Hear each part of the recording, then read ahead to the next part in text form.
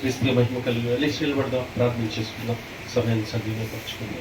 ప్రతి ఒక్కరు చెప్పబడిన మాటలు ఒకసారి జ్ఞాపకం చేసుకుంటూ ఈరోజు నీవు ఈ ఆత్మీయ ప్రయాణాలు ఏ రీతిగా జీవిస్తున్నావు, ఏ రీతిగా నడుచుకుంటున్నావు, ఎలాగ ఉంటున్నావు, నిన్ను ప్రేమించి ఆ మహాదేవుడు దేవుని సన్నిధానాన్ని తీసుకొచ్చి ఆయన వాక్య వెలుగులో, ఆయన వాక్య అర్థంలో నేను చూపిస్తూ ఉండగా నువ్వు అన్యాయంగా ప్రవర్తిస్తున్నావా, న్యాయంగా ఉంటున్నావా, నీకున్న కొంచెంలో న్యాయంగా ఉంటున్నావా, చుట్టూ వారు అన్యాయం చేస్తున్నా, అన్యాయ క్రియలు చేస్తున్నా, అన్యాయపు స్థితిలో ఉన్న న్యాయంను విడిచిపెట్టకుండా నడుస్తున్నావా, నీవు కూడా అన్యాయంను చూసి అక్రమం చూసి మోసపోతూ దాన్నే ప్రేమిస్తూ దాంట్లోనే ఉండి దాని వైపే మళ్ళీపోయి నువ్వు అటువంటి క్రియల్లో పడిపోతున్నావా?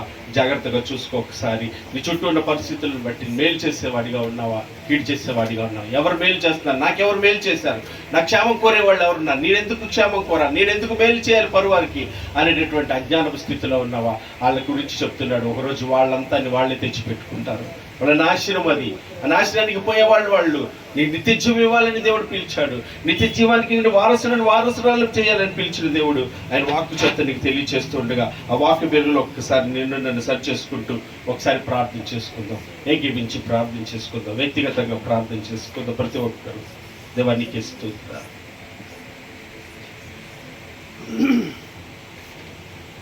అన్యాయపు క్రియలే అధికంబు కాగా,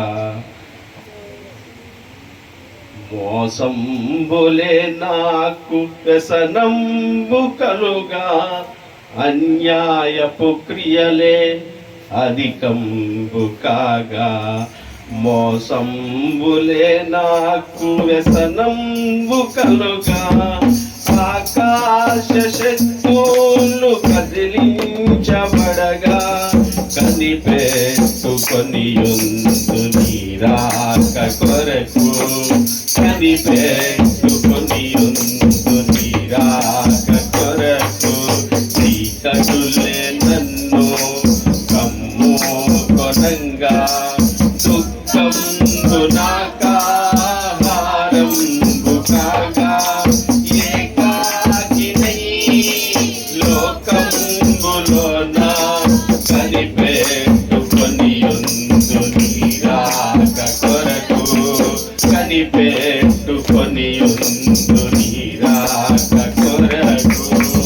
ప్రార్థన చేద్దాం. మౌలిక శిష్యులు ప్రేయలు నడిపిస్తారు. కళ్ళు మూసుకొని ఏకీవితం ప్రార్థన చేద్దాం. నేనే ప్రార్థన చేసి ముగిస్తాను. పరిశుద్ధుడు తండ్రి, క్రీస్తునందు నీకే వందనాలు, స్తుతులు, స్తోత్రాలు.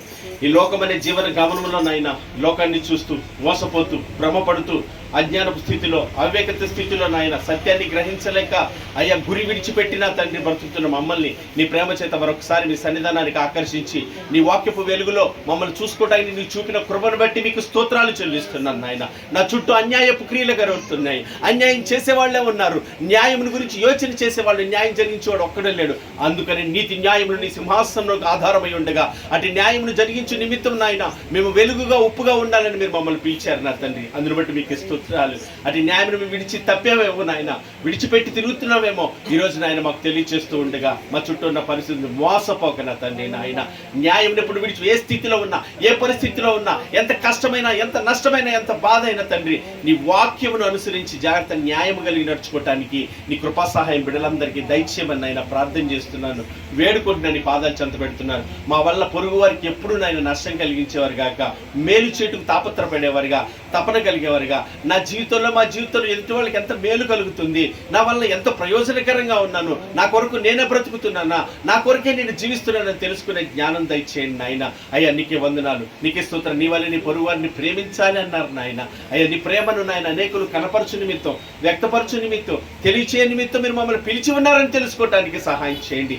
నా కొరకు మా కొరకు కాదు నాయన, మా కొరకు చనిపోయి తిరిగి లేచిన క్రీస్తు కొరకు నాయన, నిన్ను మహిమపరచుటకు, నిన్ను కనపరచుటకు, ప్రవర్తన ద్వారా నాయన అయ్యా మాటలతో కాదు క్రియలతో నిన్ను కనపరచున్నట్లుగా మాకు సహాయం చేయమని ప్రార్థన చేస్తున్నాను. లోకానికి ఒక రోజు తీర్పు ఉంది నా తండ్రి. అన్యాయం చేసినవాడు, అక్రమం చేసినవాడు నాయన, మోసపూరితమైన క్రియలు చేసిన వాడు నా తండ్రి ఒక రోజు నాయన నిత్యనరకానికి నీకు పోతారు నా తండ్రి. వాళ్ళ గురించి నువ్వు పిలవలేదు నాయన. వాళ్ళకి నాయన ఆలోచన కలుగునట్లుగా, వాళ్ళు సత్యం తెలుసుకున్నట్లుగా, వాళ్ళందరి ఎదురు వెలుగా ఉండడానికి మమ్మల్ని పిలిచారని తెలుసుకొని జాగ్రత్త కలిగి మా ద్వారా నా తండ్రి సత్యం ప్రజలకు బయలుపరచబడాలి.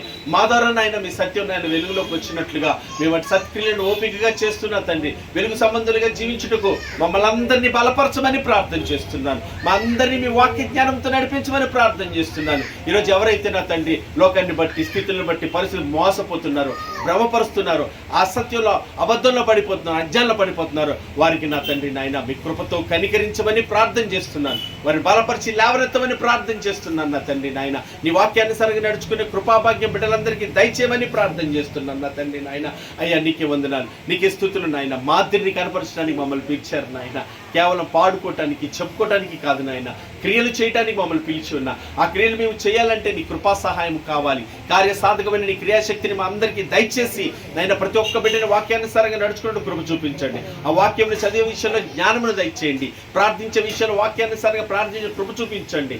ప్రవర్తన విషయంలో నేను ఏ రీతిగా ఉంటున్నామో ప్రతి దినము ప్రతి క్షణం సరిచూసుకొని సరిచేసుకోవటానికి సహాయం చేయండి. తద్వారా నీ పోలిక సౌరభ్యాన్ని ప్రజలకు అనుగ్రహించి నీతో ఉండే భాగ్యం కొరకు మమ్మల్ని అందరినీ సిద్ధపరచమని అయ్యా చేరి కూడి వచ్చిన కుటుంబాలను మీరు బలపరచండి. వారి కుటుంబాలు ఎలాంటి పరిస్థితులు, ఎటువంటి స్థితిగతులు, ఎటువంటి బంధకాలు, ఎటువంటి బలహీనత, ఎటువంటి సమస్యల్లో మధ్యన ఉన్నారు, దానికి నీ వాక్యమే ఆధారమని తెలుసుకోవటానికి సహాయం చేయండి నాయన.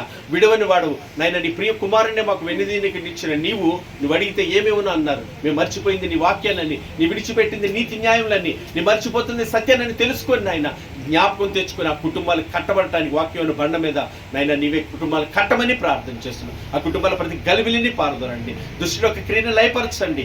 ఆత్మకార్యం కుటుంబాల్లో జరిగించండి నాయన. కుటుంబాల రక్షణానందము, సమాధానము, సంతోషము, ప్రేమ, ఐక్యత కలిగిన కుటుంబాలు కట్టండి. ఈ లోక ధనము, ఈ లోక సుఖము, ఈ లోక భోగములు బట్టి కాక కుటుంబాలు నాయన వాక్యము చేత కట్టబడినట్లుగా నా తండ్రి కృపతో కనికరించమని ప్రతి కుటుంబం కొరకు ప్రార్థన చేస్తున్నాను. అయా కాపాడు, కరుణించు, కృప చూపించండి. నశించిపోతున్న ఆత్మలు ఎన్నో నాయన వారికి ఒక మాదిరిగా మమ్మల్ని ఉంచండి. ఈ ప్రాంతంలో ఎందరో ఉన్నారు, వారికి కనికరించి కాపాడమని క్రీస్తునందు ప్రార్థన చేస్తున్నాను నాయన. మీ పాదాలు చెంత పెడుతున్నాను నాయన. మీకు వందనాలు చెల్లిస్తూ మరొక పర్యాయం మీ సన్నిధికి వచ్చినప్పుడు మేమందరం సత్యం అనుసరించి నడుచుకుని నీ సహాయాన్ని, నీ కృపని ఆశ్రయిస్తూ మేము మా వల్ల కాదు కానీ మీరు మాట ఇచ్చి నెరవేర్చే దేవుడు నీకు అప్పగిస్తున్నాయన, స్తుతిస్తున్నాను. వాక్యమిత్ర నీ దాసుని కుటుంబాన్ని బలపరచండి నాయన. చెప్పబడిన మాటలను జాగ్రత్తగా అనుసరించండి. ఆత్మ సహాయం దయచేయండి. ఎక్కడ ఉన్నా, ఏ స్థితిలో ఉన్నా, ఏ పరిస్థితిలో ఉన్నా తండ్రి నాయన మాదిరిని కనపరిచే వారి గురించి మీరు బలపరచండి కుటుంబాన్ని. అయ్యా మీరే నాయన సమాధానంతో నడిపించమని ప్రార్థన చేస్తున్నా. మరి రేపటి దిన నాయన అస్సాం ప్రాంతానికి వెళ్ళవలసి ఉన్నారు. అయ్యా నా తండ్రి ఆ కుమార్తె యొక్క నాయన స్టడీస్ విషయం బయలుదేరుతుండగా మీ సన్నిధి తోడొచ్చు, వారి ప్రయాణాల్లో తోడే ఉండండి. అయ్యా ఎలా నడుచుకోవాలి, ఎలా ప్రవర్తించాలి, ఎలాగ వెళ్ళాలి అన్నీ నీ చిత్తానుసారంగా జరిగించబడినట్లుగా నీ ఆత్మ సహాయం బిడ్డలకు సమృద్ధిగా దయచేసి నీ ఆత్మ నడిపింపును దయచేసి తద్వారా నీ మహిమ కొరకే సమస్తమును జరిగించమని కృతజ్ఞతాస్తుతులు మీకు చెల్లిస్తూ క్రీస్తునందు మీరే తోడి నడిపించమని అడుగుచున్నాను నా ప్రియ పరలోకపు తండ్రి. ఆమేన్. దయచేసి కూర్చున్నప్పుడు 2 నిమిషాలు ముగించేస్తాను. కొన్ని విషయాలు మీకు జ్ఞాపకం చేస్తాను. ఈరోజు దేవుని యొక్క కృపా కనికలను బట్టి ఆత్మీయులుగా మనందరం కలుసుకొని ఆరాధించి ఆయన మాటలు వింటగా ఆయన ఇచ్చిన శాస్త్రమైన సమయాన్ని బట్టి క్రీస్తుని తండ్రిని స్తుతిస్తూ మరి ఈరోజు ఆనందాన్ని బట్టి అయ్యా ఆనంద గారు వందనాలు. దేవుడికి స్తోత్రం. చాలా సంతోషం. మరి మా చెల్లి ఎంతగా ప్రయాసపడుతున్నాం. ఈరోజు దేవుడు కృప బట్టి సన్నిధికి రాగలిగారు. చాలా సంతోషం. ఆనందాన్ని కోసం ప్రార్థన చేయండి. ఆయన షుగరు మా పరిస్థితులను ఒక కాలు కొన్ని ఏళ్ళు కూడా తీసేశారు. ఆయన దేవుడు మహాకృపను బట్టి నడిపించబడుతున్నాడు, నిలబడుతున్నాడు. ఆ కృప ఇంకా అధికమై ఆయన దేవుని పనిలో పరిచయాలు వాడబడినట్లుగా ఆ కుటుంబం కోసం జ్ఞాపకం చేసుకుని అలాగే రంగారావు గారు మనకు తెలుసు అన్నయ్య దేవుడి కృపను బట్టి నిలబెడుతున్నాడు. అన్నయ్య యొక్క రక్షణ కొరకు, ఆత్మీయత కొరకు ప్రార్థన చేయడం మర్చిపోకుండా జ్ఞాపకం చేసుకున్న ఆ కుటుంబం కోసం. అలాగే తమ్ముడు జాషువా వారి యొక్క సహోదరి మరి రూతమ్మ దేవుడి కృపను బట్టి కొంత నెమ్మది కలిగిందని చెప్తున్నాడు అన్న తమ్ముడు. అందుని బట్టి దేవుడికి స్తుతిస్తున్నాం. ఆయన విడిచిపెట్టకుండా ప్రార్థిస్తూ అన్యాచారంలో పడిపోకుండా ఆ కుమారుడు మారుమనసు పొంది రక్షణ పొందే వరకు మనకి దేవుడిచ్చిన కృపను బట్టి ప్రార్థించేద్దాం ఖచ్చితంగా. అలాగే రవణకు కుటుంబం మనకు తెలుసు. మరి అన్నయ్య గారు మనం చెప్తుంది శ్రీను గారు మరి ఎవరికి ఉన్నటువంటి పరిస్థితులు వారికి అనారోగ్యం జ్ఞాపకం చేసుకోండి. మరి కొన్ని బిడ్డల విషయం ప్రార్థన చేయండి. మీకు తెలిసిన విషయాలే కాబట్టి ఆత్మ విషయాలన్నింటిలోనూ మీరు జ్ఞాపకం చేసుకొని ప్రార్థన చేయండి. అలాగే రేపు అన్నయ్య మరి అస్సాం ప్రాంతానికి వెళ్ళొస్తున్నారు. మరి చిన్నమ్మ యొక్క స్టడీస్ నిమిత్తం బయలుదేరి వెళ్తారు.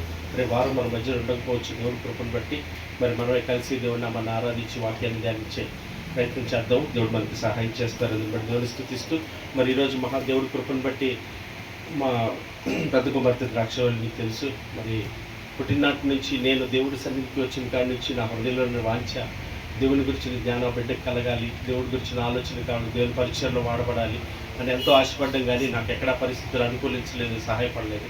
కానీ దేవుడు మహాకృపను బట్టి ఈరోజు ఆ, ఏమిటి?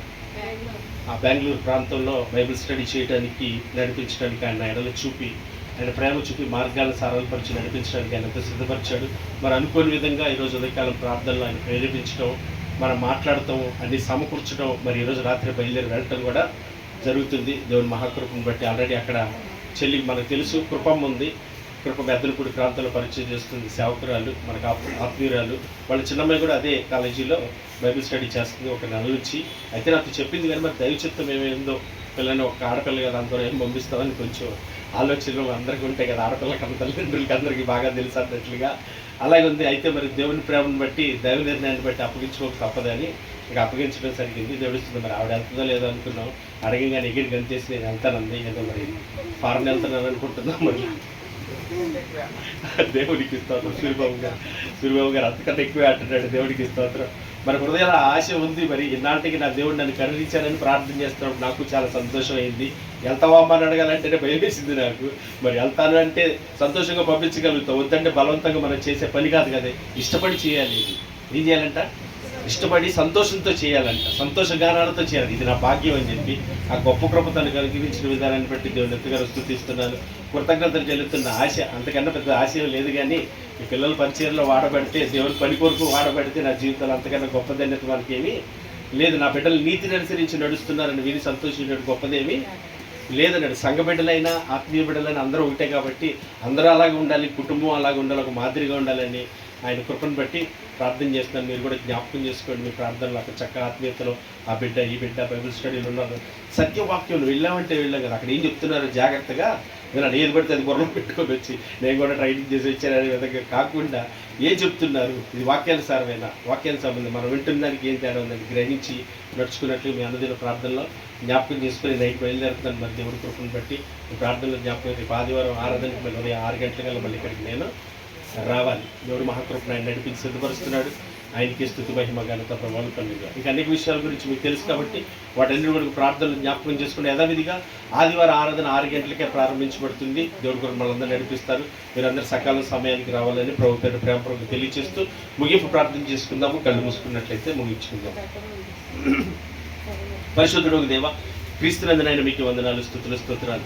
నీవెంతైనా నమ్మదగిన దేవుడు నా తండ్రి. నాయన అయ్యా, మాట ఇచ్చి నెరవేర్చే దేవుడు కనుక నేను స్తుతిస్తూ కృతజ్ఞతలు మీకు చెల్లిస్తూ ఇంతవరకు తోడే నడిపించారు వందనాలు. ఇక మా ప్రయాణాల్లో పనుల్లో అంతట్లో మీ పాదాల చెంతనే పెడుతున్నాను.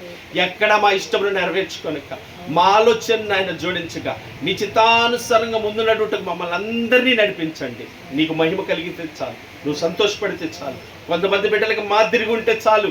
మా ద్వారా మా జీవితాలు ధన్యం నా తండ్రి. అటు గొప్ప కృప మా అందరికీ దయచేయమని మీ పాదాలు చెంత పెడుతూ కృతజ్ఞతలు మీకు చెల్లిస్తూ క్రీస్తు యేసునందు వేడుకుంటున్నాను పరమ తండ్రి.